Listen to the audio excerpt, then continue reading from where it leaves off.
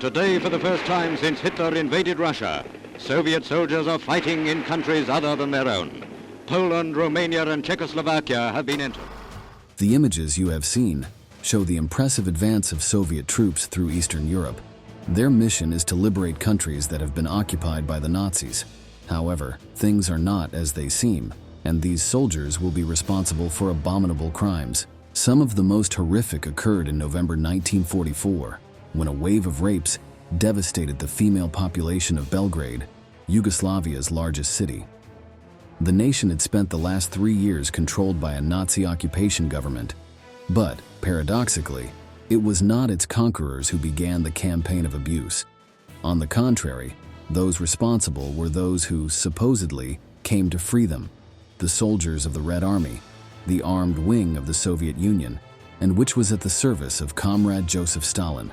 The Russian troops were not content with expelling the invaders, but claimed the Yugoslav women as their own. They did not treat them as people, but as objects to which they could do whatever they wanted, and also destroy. One of the best-known cases of this sadistic moment was when the attackers captured a girl to rape. The person who lived with her was an adult woman, who was the mother-in-law of the previous one. She refused to let the Soviets enter her room because she knew that if she allowed it, they would throw the girl on the mattress and proceed to abuse her. Finally, the solution they came to was to execute the woman at point-blank range and then rape the woman while she was still alive. These types of anecdotes are common during this dark period in Yugoslavian history. Today, in this new episode, we will tell you everything about her. To understand this history, we have to go back to the last stage of World War II. Between September 15 and November 24, 1944, the Belgrade Offensive took place, one of the most important military operations of the war. The objective of the maneuver was to free Yugoslavia from the clutches of the Nazis, who had taken over the country years before. Those dark days were coming to an end, and, as the Allies advanced, the Third Reich teetered on the brink of the abyss. Now, the Soviet Union's Red Army, Yugoslav partisans, and the Bulgarian armed forces had united to expel Hitler's followers. The city of Belgrade was directly under the control of the Wehrmacht, which had wreaked havoc on its population. This was because, in 1941, the Germans had bombed the city, destroying 50% of the infrastructure and leaving thousands of civilians and soldiers dead. In the following years, the new authorities carried out a purge with the aim of exterminating all opponents of Nazism. Members of the resistance were seen hanging from poles in the middle of the street, and it was not unusual to see the corpses of enemies floating down the Danube River. At the same time, the hardships of the war soon reached Belgrade, causing the amount of daily food a person received to go from 400 to 200 calories in April 1942. This means that they barely received a measly plate of rice per day. As the days went by, they lost so much weight that they looked like skeletons. Famine, therefore, took another few thousand Yugoslavs. One of Yugoslavia's most important anti-fascist leaders was Josip Broz, better known as Tito.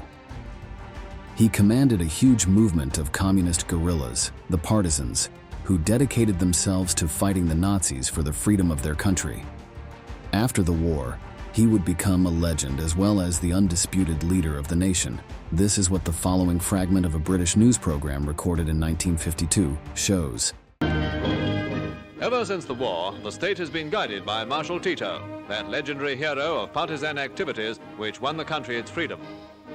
But let's not get ahead of ourselves, since at this point, Tito was a guerrilla seeking independence from Yugoslavia. Recovering Belgrade was one of his great obsessions, since he trusted that, if he took the capital, the rest of the nation would soon fall into his hands.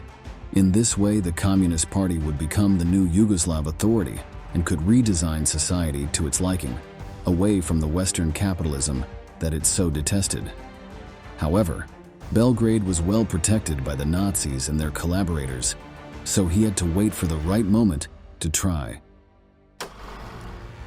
The opportunity came on August 23, 1944, when Romania, hitherto Hitler's ally, changed sides and stopped supporting the Axis. Shortly thereafter, on September 8th of that same year, Bulgaria, which was also a satellite country of the Third Reich, did the same. It was at this moment when Tito made a pact with Stalin, and they prepared the offensive on Belgrade. Finally, after so much waiting, they were gambling all or nothing with the fate of the Balkans. In order not to be trapped between the Romanians and the Bulgarians, the Germans decided to organize a general withdrawal from Yugoslavia.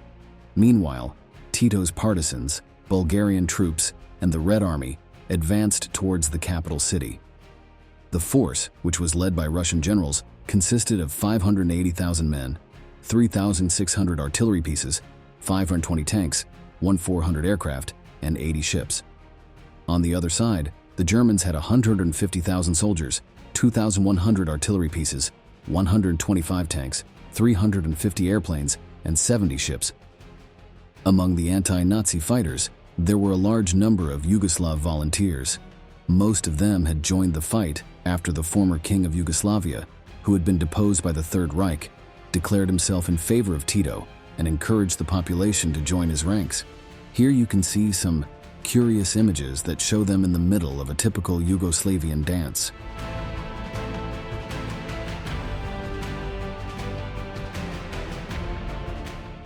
Their advance was overwhelming, and by mid-October they had conquered almost the entire east of the country.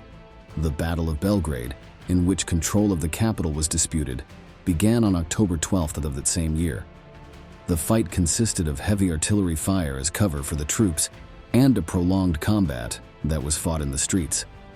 There were many low-intensity skirmishes, shootings that took place on corners, or by soldiers hidden among the ruins and rubble of buildings. The most intense confrontations took place inside the houses. First City was one of the places best protected by the Germans, who did not want to surrender it so easily. Tito's partisans could never have taken it on their own. Even though they had the impulse of will and the conviction that their fight was just, the truth is that they lacked the appropriate weapons for the task. Firepower ended up being the Red Army's main contribution to the offensive since, without its war material, things would have been very different. In particular, Soviet tanks made it possible to confront all the traps that the Germans had prepared. Barricades, snipers, and fortified shelters were worth little or nothing against a tank. After a few days of combat, the Germans withdrew along the river next to the city. They returned to the suburbs of the river area, marching with their uniforms, weapons, vehicles, and even horses. Suddenly, things had become truly chaotic. There was no longer any battle to fight. The offensive had come to an end and the Third Reich had been unable to defend itself. During the war, 4,300 Soviet people had lost their lives, while another 14,000 were in a state of convalescence after being wounded.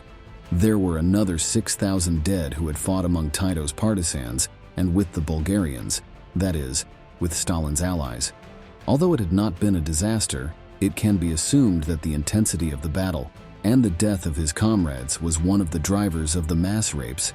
The worst acts of armies cannot be understood without seeing the previous violence, which functions as the causes of their horrible crimes. To understand the level of chaos of that conflict and the shock it left in the soldiers, let's look at the following images of the liberation of Belgrade.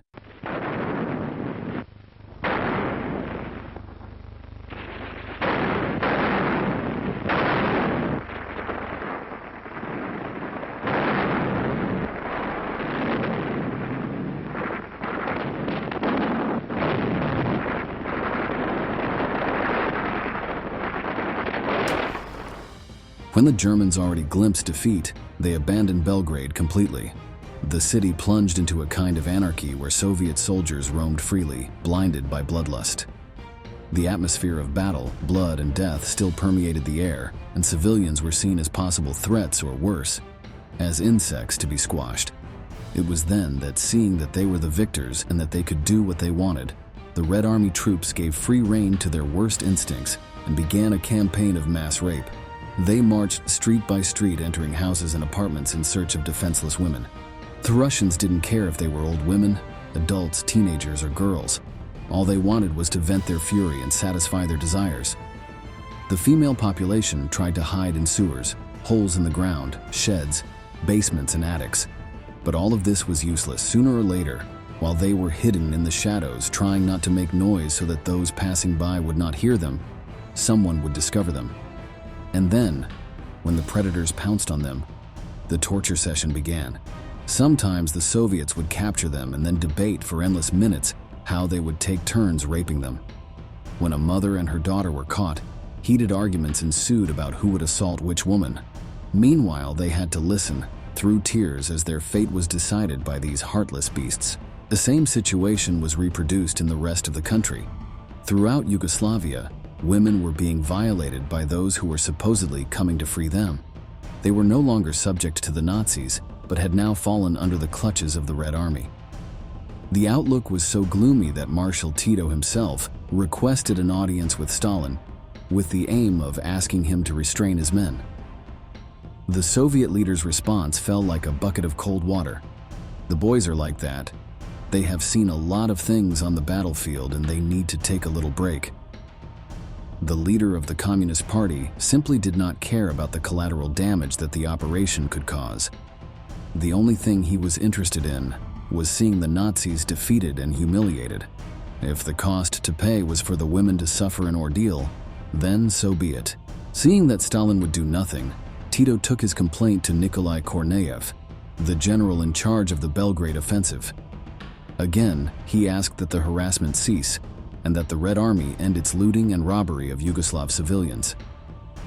This paid off, as before long the officers began to be less permissive with the behavior of their men. Now, transgressions began to be punished harshly so that they would not be repeated. In any case, the attacks ended only when the soldiers no longer had anything to do in the liberated country and were willing to return home. The only thing Tito achieved was to earn the enmity of the Soviet leader, who saw his complaints as a personal insult and as a way to defame the Red Army. It is ironic to see these images of the moment Belgrade was liberated from the Nazis and to think that, at the same time, these atrocities were happening.